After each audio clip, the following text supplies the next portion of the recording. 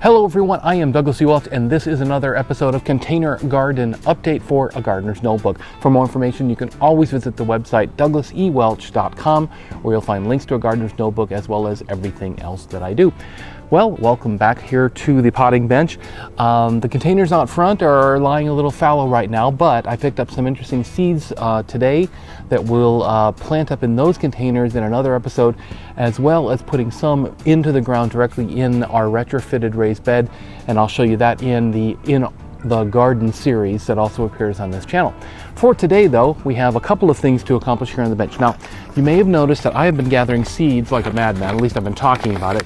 I'm trying to videotape a little bit more of it as well, but one of the things I found, and it's going to be impossible to see, maybe if I hold it up against this white envelope, it's a little tiny seed with a very long grass-like tail, and that's exactly what this is. This is a grass that I found at our local, one of our local car dealerships up the street, and I really liked it a lot, and I happened to notice that it was indeed throwing off these little seeds. These little seeds are so tiny and the long tail allows them to be picked up by the wind and scattered hither and yon.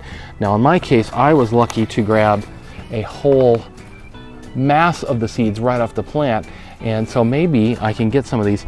Now, what I'm trying to do is I'd like to use grasses to line the beds. We've done some bed liners with wine bottles and with wood and with other stuff. Nothing has really appealed to me so much as having a nice green border around a garden bed to delineate it from the paths around it. So what I want to do today is I'm going to pot up these grass seeds, and I'm also going to pot up perhaps one other one, and I'll show you that as we go here. Now, what I'm going to do is something you've probably seen before using a standard egg carton. In the past, I've been just kind of dumping the seeds in a pot and seeing what comes up. I want to gauge a little better what type of germination I'm getting from each of the seeds I plant, and so I'm actually going to plant them in this little, the cups of this egg container, see which ones germinate, and of course, because this is paper, I should then be able just to cut out the little cup from the container and pot it up in an actual pot when and if the seed germinates. So we're going to do that right now. Basically, we're going to get our potting cell here, and we're simply going to fill up this egg carton. I love using recycled products in my garden, as you may have noticed from other episodes. It's a great way to keep stuff from going into the landfill. It makes you feel a little bit better about what you're doing in your garden, and you know, in some ways, it's the gardening way. Gardeners love to make something out of nothing, and that's exactly what you're doing when you're using recycled products in your garden. You're making something out of what would have been nothing, just extra garbage in a landfill. So there we go, we've got our tray all prepared. Now these I'm going to tease out, and normally you wouldn't ever plant things like this. You know, if you're planting small seeds like this, you usually just broadcast them on the soil. I'm actually going to take one at a time here, tuck him in the soil cup, and see what we get.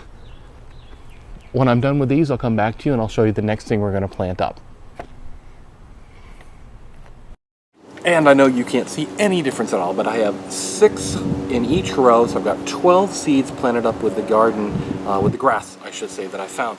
I have tons more left, so I'm going to see how these germinate. If these germinate well, I may actually pot up tons more of these, because when you're dealing with grasses, you need quite a few to make a mass for a garden border or a massing effect in your garden. In most cases, more is better. It simply has more of an impact on your garden. It looks more planned rather than haphazard, and so it always helps to mass plants in your garden. Now I've got 6 slots left in this, and I'm actually going to plant these. I'm going to hold them up against the white of the envelope again, if you can see them there. These are from a tree, and honestly, not going to lie to you, I'm going to have to go back and look at this tree more carefully to remember where these came from. I remember I like the tree, I like the form, I like the leaves, and I like the flowers, but I don't quite know what type of tree it is. But I'm going to do the same thing with these. I'm going to pot these up in the remaining 6 slots here and simply see which ones germinate, if they germinate at all.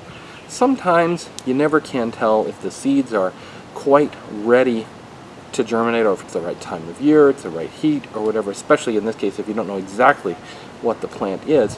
But for me, I'm finding it's worthwhile just giving it a try and seeing what pops up. I know it sounds a little weird, but you know, it's a little bit of a game we play. with ourselves sometime of just seeing what's possible to grow in our garden. And where I wouldn't normally try to grow something that's way outside of its range to grow in my garden, things like this, there's so little investment involved that I'd gladly try potting up seeds because it's you simply never know quite what you're going to get. So we'll set these aside, we'll water these in, and we'll put them on the bench and see what happens. And finally for today, a slightly bigger project. You may have noticed, remember this pine seedling that I got to grow here in a smaller pot.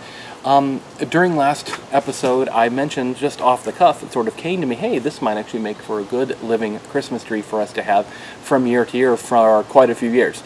In the first couple, yes, it will look very much like a Charlie Brown tree, but there is some charm in that all by itself. What I realized is pine trees don't like having their roots disturbed once they're settled in. And I realized if I'm going to keep this for a long time, I'm probably going to want a much larger pot. So I'm going up to this, I believe this is probably a 1 gallon or perhaps even a 1.5 gallon pot from some other plant that I got from a nursery to plant in the garden. And what I'm going to do is I'm going to open up a hole in the middle of the pot. It's already filled with soil. I've already got it filled up. And basically I used the smaller pot to kind of gauge how deep and how wide I need to make the hole. And then we're going to try and turn this out very carefully, not disturbing the roots as much as we can, and get that settled down into what will be, for the reasonable period of time, a permanent container for this tree. Yes, as it gets very much larger, we'll eventually have to move it up even larger, but I think this should last us for a good 3 or 4 years at least, as long as the pot itself holds out. So here we go. We're going to take our little identification stick out of there. We're going to carefully put our fingers around the sapling. Oh, okay. Just barely seeing a root popping through the bottom here. I'm going to turn him over and just plop him right down in there. And look at that. Okay. As you can see, he's not back at the level of the soil where he was. We're going to firm all that in. And now this sapling has tons of space to grow further, to grow strong, and to, again, get something for nothing in our garden. If you've ever gone out and priced a tree for your living Christmas tree, as our friends have done, they can be quite expensive. Well, frankly, this appeals to the cheap side of me as well as the fun-loving side of me. I'm hoping he comes on strong, and I'm going to try to pot up more of these pine seedlings. Obviously, they do germinate. They don't easily germinate, but they do, and I'm simply going to keep trying and see what more that I can get. That's all for this episode of Container Garden Update. For more information, you can always visit the website, douglasewelch.com. There you'll find links to a gardener's notebook as well as everything else that I do. I'd love to hear and see what's happening in your garden. Please send comments, questions, photographs, and more to any of our social media sites. You can use the YouTube channel, the blog, Twitter, Google+, and more. Until next time, keep digging.